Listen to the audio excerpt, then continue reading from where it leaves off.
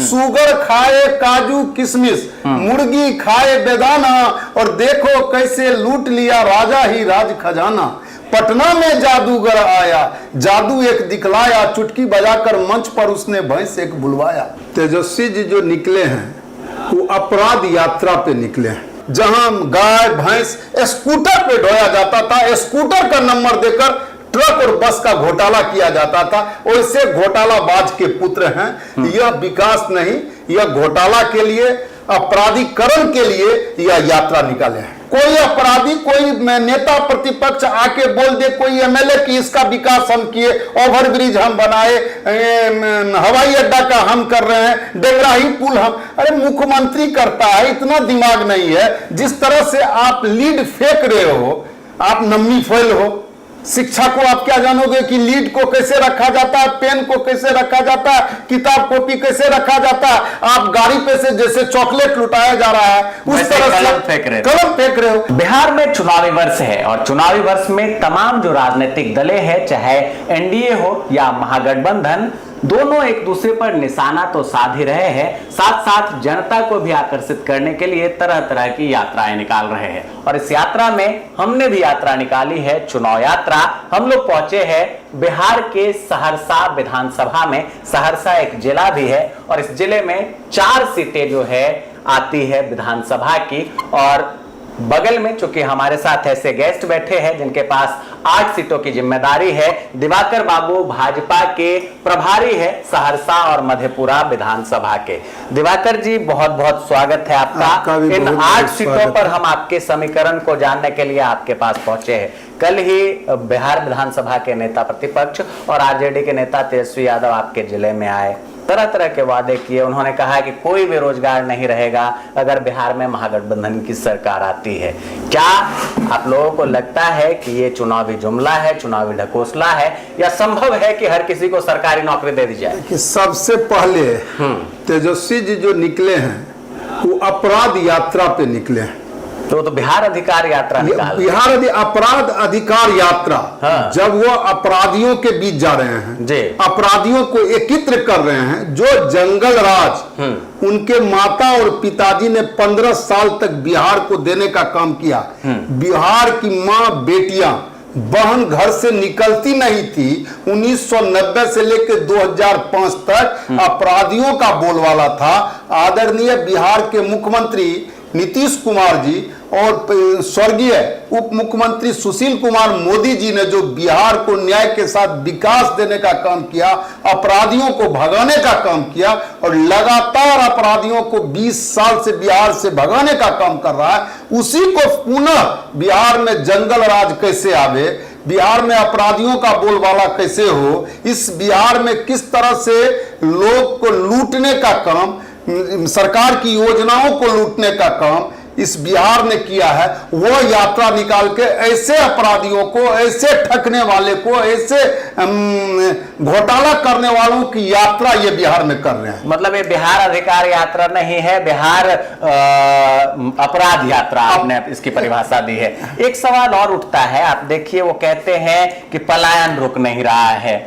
जो सत्ता में सत्ताधारी दल आप लोगों की है, वो कह रहे हैं पलायन रुक नहीं पा रहा है। तेजस्वी ने यह भी आरोप लगाया, कहा कोई इंडस्ट्री नहीं आई, चुनाव आया तो कह रहे हैं कि इंडस्ट्रियल कॉरिडोर बनेगा, ग्रीन लाइन एक्सप्रेसवे गुजरेगी, और सहरसा आरओबी अब तो काम भी दिख रहा है। पहले तो लोग ये भी कहते थे कि ये भी ढकोसला ही है, चुनावी वर्ष में इस तरह की चीजें की जा रही है। क्या कहेंगे, भाजपा और एनडीए के पास जो विजन है, मोदी जी और नीतीश जी के पास जो विजन है, वो विजन जनता को पसंद आने वाली है? मोदी जी आके पूर्णिया में 4000 करोड़ रुपए का सौगात दिए, तो सौगात मोदी जी दिए, न कि नीतीश जी। नीतीश जी हमारे गठबंधन के वरिष्ठ नेता हैं। तो बिहार में जो विकास हुई वो नीतीश जी के राज्य में, नीतीश जी के कलम से। अब नीतीश जी के कलम के राज्य में कोई अपराधी, कोई नेता प्रतिपक्ष आके बोल दे, कोई एमएलए की इसका विकास हम किए, ओवरब्रिज हम बनाए, हवाई अड्डा का हम कर रहे हैं, डेंगराही पुल हम, अरे मुख्यमंत्री करता है, इतना दिमाग नहीं है। जिस तरह से आप लीड फेंक रहे हो, आप नम्मी फैल हो। शिक्षा को आप क्या जानोगे कि लीड को कैसे रखा जाता है, पेन को कैसे रखा जाता है, किताब कॉपी कैसे रखा जाता है।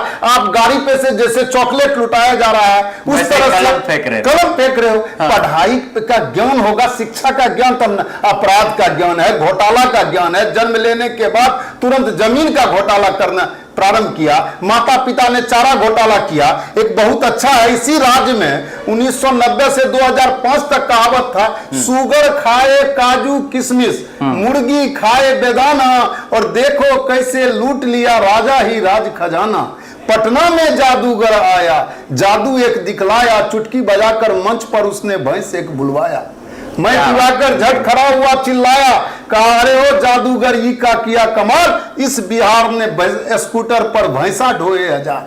तो ऐसा चारा घोटाला था जहां सांड, जहां गाय भैंस स्कूटर पे ढोया जाता था, स्कूटर का नंबर देकर ट्रक और बस का घोटाला किया जाता था। वैसे घोटालाबाज के पुत्र हैं। यह विकास नहीं, यह घोटाला के लिए, अपराधीकरण के लिए यह यात्रा निकाले हैं।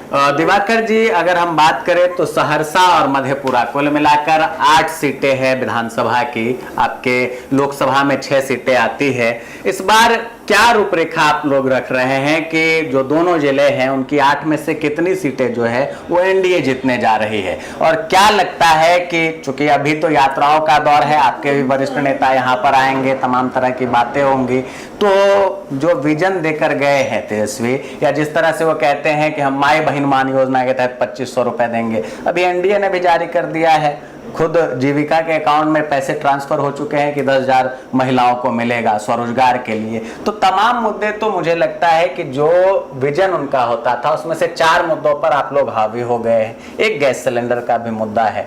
तो क्या ये तमाम विजन जो वो बोलते हैं कि हम नौकरी दे देंगे, हम पलायन मुक्त बिहार दे देंगे, हम बिहार से भ्रष्टाचार मिटा देंगे, कल वो कह रहे थे कि ब्लॉक में कितना भ्रष्टाचार होता है सब जानते हैं ना, तो ये जो आरोप लग रहा है इस पर किस तरह से कंट्रोल? सही बोले हो कि ब्लॉक में कितना भ्रष्टाचार है। भ्रष्टाचार के जननी है वो, कैसे भ्रष्टाचार होता है उनको पता है। लेकिन आप पूछिए लोगों से, कहीं कोई भ्रष्टाचार नहीं है। जनता ने मन बना लिया, ये 8 विधानसभा, सहरसा के 4, मधेपुरा के 4, ये 8 विधानसभा पे एनडीए की जीत होगी। प्लान कहाँ है?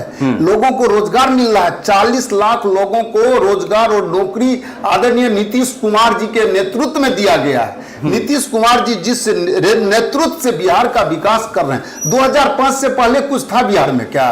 2005 के बाद जिस यात्रा में वो और राहुल जी निकले, जिस सड़क पे मोटरसाइकिल चलाए, वह सड़क आदरणीय नीतीश कुमार जी, आदरणीय नरेंद्र मोदी जी का सड़क है। इससे पहले तो सहरसा से मधेपुरा जाने में गड्ढा 4 घंटा लगता था। अभी आप मधेपुरा से सहरसा जाइए, सहरसा 20 मिनट में पहुंच जाइए। उस रोड पर यात्रा किए हैं जो केंद्र और बिहार की सरकार लगातार बिहार के विकास के लिए लगा हुआ है। और दिन रात बिहार का विकास कैसे हो, नीतीश कुमार जी का यह चिंतन है, सम्राट चौधरी जी का यह चिंतन है, और विजय कुमार सिन्हा जी का यह चिंतन है कि बिहार विकास के ओर कैसे बढ़े। आपको मैं आश्वस्त करना चाहता हूं कि बिहार में पुनः एनडीए की सरकार नीतीश कुमार जी, सम्राट चौधरी जी और विजय कुमार सिन्हा जी के नेतृत्व में बनने वाला। दिवाकर जी, आपका अनुभव क्या कहता है बिहार विधानसभा की 243 में?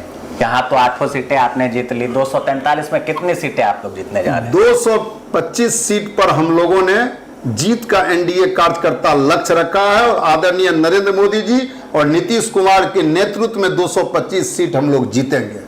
एक और सवाल है, चूंकि आप स्वयं सहरसा विधानसभा से हैं और बगल में सिमरी बख्तियारपुर है, सुनने में आ रहा है कि भाजपा उस सीट को डिमांड कर रही है, और सदर सीट तो आपका है ही ऑलरेडी बीजेपी के पास। दावेदारी अंदर खाने जो पता चली है कि दिवाकर बाबू भी सिमरी से रख रहे हैं। सिमरी की जनता जानना चाहती है, मेरा सवाल नहीं, सिमरी की जनता का सवाल है कि दिवाकर जी जो भाजपा के अध्यक्ष हुए, भाजपा को एक तरह से कहे तो यहाँ पर खड़ा करने का काम किए हैं, कुल मिलाकर लोगों को जोड़ने का काम किए हैं, धरातल से जुड़े नेता रहे हैं। उस दिवाकर बाबू की आज के समय में क्या पहचान है? क्या वो सिर्फ प्रभारी तक ही सीमित रहेगा या विधानसभा चुनाव में भी? हम भाजपा के सबसे नीचे स्तर के कार्यकर्ता है, जिसको राष्ट्रीय जनतांत्रिक गठबंधन वहां टिकट देगा उसको हम लोग जिता कर भेजेंगे। यही वहां की जनता से हम आग्रह करते हैं, एनडीए का जो उम्मीदवार हो वह भारी मतों से जीते से। आप हैं उम्मीदवार की नहीं? हम नहीं, हम भाजपा के छोटा कार्यकर्ता है। भाजपा पार्टी का जो दिशा निर्देश होगा उस दिशा निर्देश का मैं पालन करने वाला कार्यकर्ता हूं। इसलिए एनडीए, क्योंकि अब भाजपा नहीं, अब राष्ट्रीय जनतांत्रिक गठबंधन है, उसका जो भी साझा उम्मीदवार होगा उसको भारी मतों से बख्तियारपुर की जनता जितावे, यही हम उनसे आग्रह करते हैं। बिल्कुल, तो प्रोटोकॉल का बहुत ध्यान रखते हैं और सवालों का जवाब देकर भी आप कह सकते हैं कि कुछ ना कुछ दिवाकर बाबू अपने पास रख गए। तो सिमरी की जनता भली भांति समझ रही है, एक तरह से दावेदारों की होड़ लगी हुई है सिमरी में, और लोग चाहते हैं कि भाजपा का कोई मजबूत उम्मीदवार सिमरी बख्तियारपुर से इस बार चुनावी मैदान में आ।